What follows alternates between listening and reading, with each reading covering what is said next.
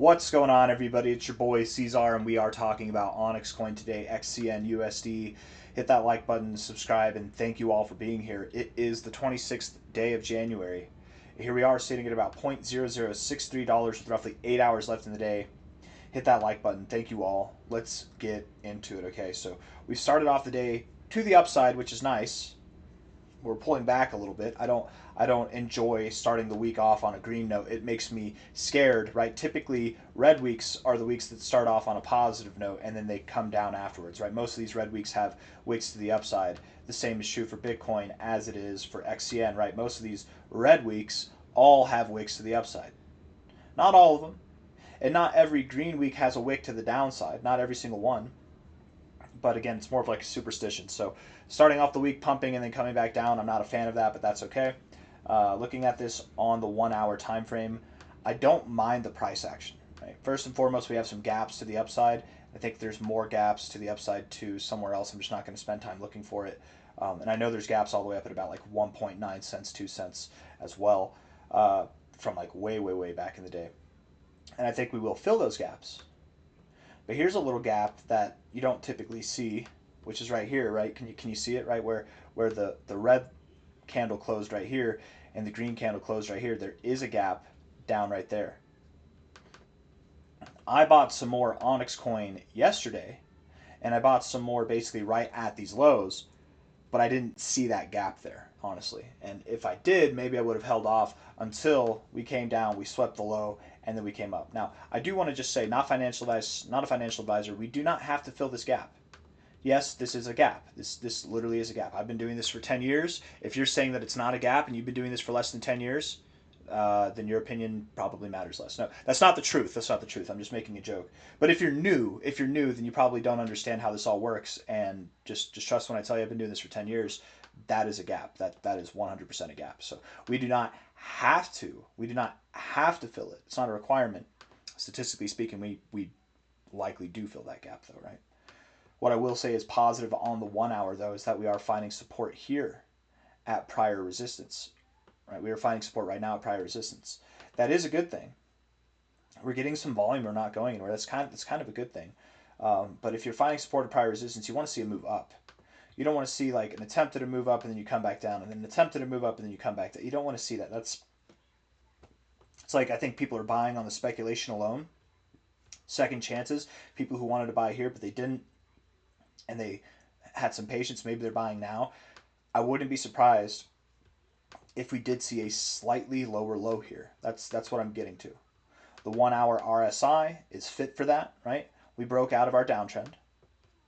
We broke, or did we? Did we break out of our downtrend? Maybe we didn't. Maybe we actually did not break out of our downtrend. No, we did not. We're in a lower low, lower high scenario. But typically these downtrends do end in the oversold zone with bullish divergence. And if we come down, we'll get a higher low here in the RSI. We'll likely get a lower low in the price. That will be bullish divergence to mark the low. So maybe we do go just a little bit lower. Just a little bit lower. How low can we go? Or how low might we go? From a low here to a high, right at the golden ratio zone. I can't imagine we go too much lower, right? From here, we're at 0.00627. The lowest I'd give us would be 0.00587. That'd be the lowest. We do have a daily high close coming in right here at about 0.00603. Psychological support at 0.006. Yeah, might be the area that we go to right there. 0.00603 or thereabouts might make sense. And then we find support. We get our bullish divergence on the 1 hour time frame. We break down with less volume. Right, we're moving down and volume's just non-existent. So when it does come time to move up, none of this matters, right?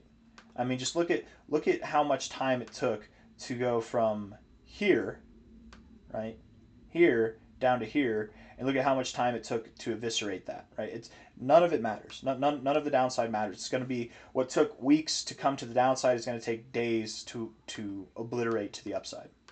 But we have to be patient still. Stochastics are reset, which is nice, but they do look bearish here, to be fair. So does the MACD. It looks a little bit bearish here. 4 hour time frame.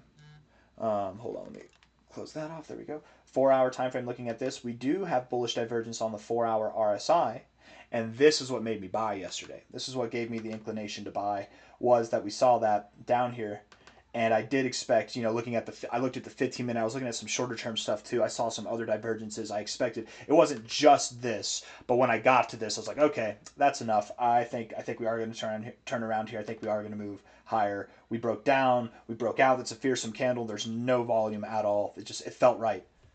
But the reaction we're having here doesn't feel right. So we probably do go a little bit lower. We build on that bullish divergence even more for a even stronger reaction, right? So we're probably going to have a very, very sharp reaction to the upside here.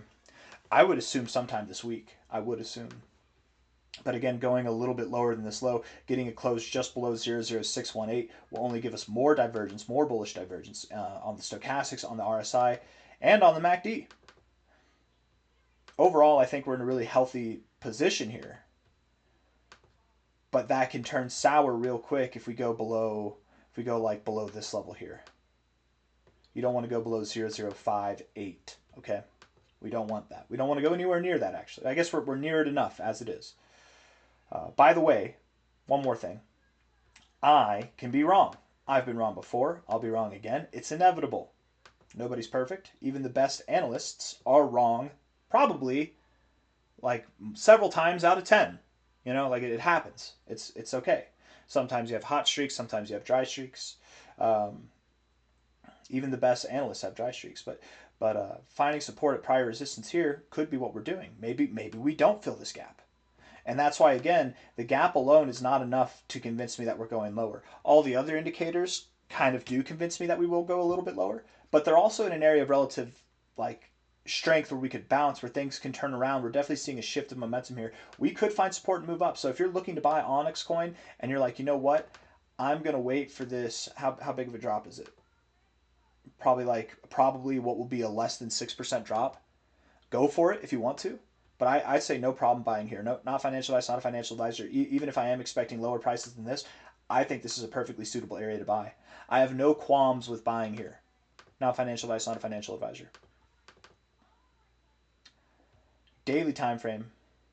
Daily time frame has bullish divergence on the stochastics. No bullish divergence on the MACD. Oh, look at that. We're trying to kill it off. But we are at the 0, which is a perfect area to bounce. And then the RSI here, come on. It does still have higher lows, right? Like in this grand trajectory. I guess here you have a lower low. But here, this low here was lower than this low. Was lower than this low. It was still higher lows overall. So we're at an area to bounce on the daily time frame as well. I would love it. I would love it if in the next 8 hours what we saw was a move down and a move back up to close here. Like that's what I would love to see. Like the same size wick but to the downside, and then we come back up and we close right here. I think that'd be a good look. I don't want us to close too much further away. But the RSI, in my opinion, it looks bullish. The stochastics are reset, and I think that we're ready to go.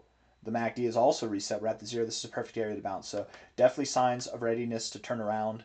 We don't have to see a lower low. This really could be the low. The low that we experienced yesterday could be the low. But I am calling for slightly lower prices still. And then we should have a rapid recovery.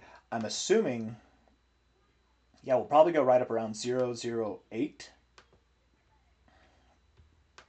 00818 is the 382 as it is right now with this low. But if we go a little bit lower to the area that I'm thinking, it'll be like 00808. It'll be just a little bit lower, but still closer to this area where you might expect the price to find some resistance. Move up here, find some resistance, pull back, and then continue on your merry way up and up. We should be seeing new relative highs pretty soon. I would think the first half of February brings us prices that are around 1.6 cents to 2 cents or higher in the first half of February. I don't have anything else that I really want to say. I think I've said it all. Hit that like button, subscribe. Thank you all for being here. Waiting for the magic to happen. Yeah, that's about it. We did die. We killed our bullish momentum last week. With last week's close, we actually did go from building bullish momentum to dying off. But now we're building bullish momentum again, and we're only up 1.6%. We've got a full week to go, 6 days, 8 hours left of this week. As long as we close this week to some degree to the upside, I think we're going to be fine. That's actually a really good sign to start building bullish momentum again. Like kind of like you had right here. You built, and then it died off, and you built, and it died off, and you built. And whenever it died off and it built, we had like 5 weeks to the upside. It died off a little bit, but that didn't mean the move was over. We built again, and the more that you do this, the stronger the move typically gets. Anyways, hit the like button, subscribe, take care. I'll see you on the next one. Bye bye.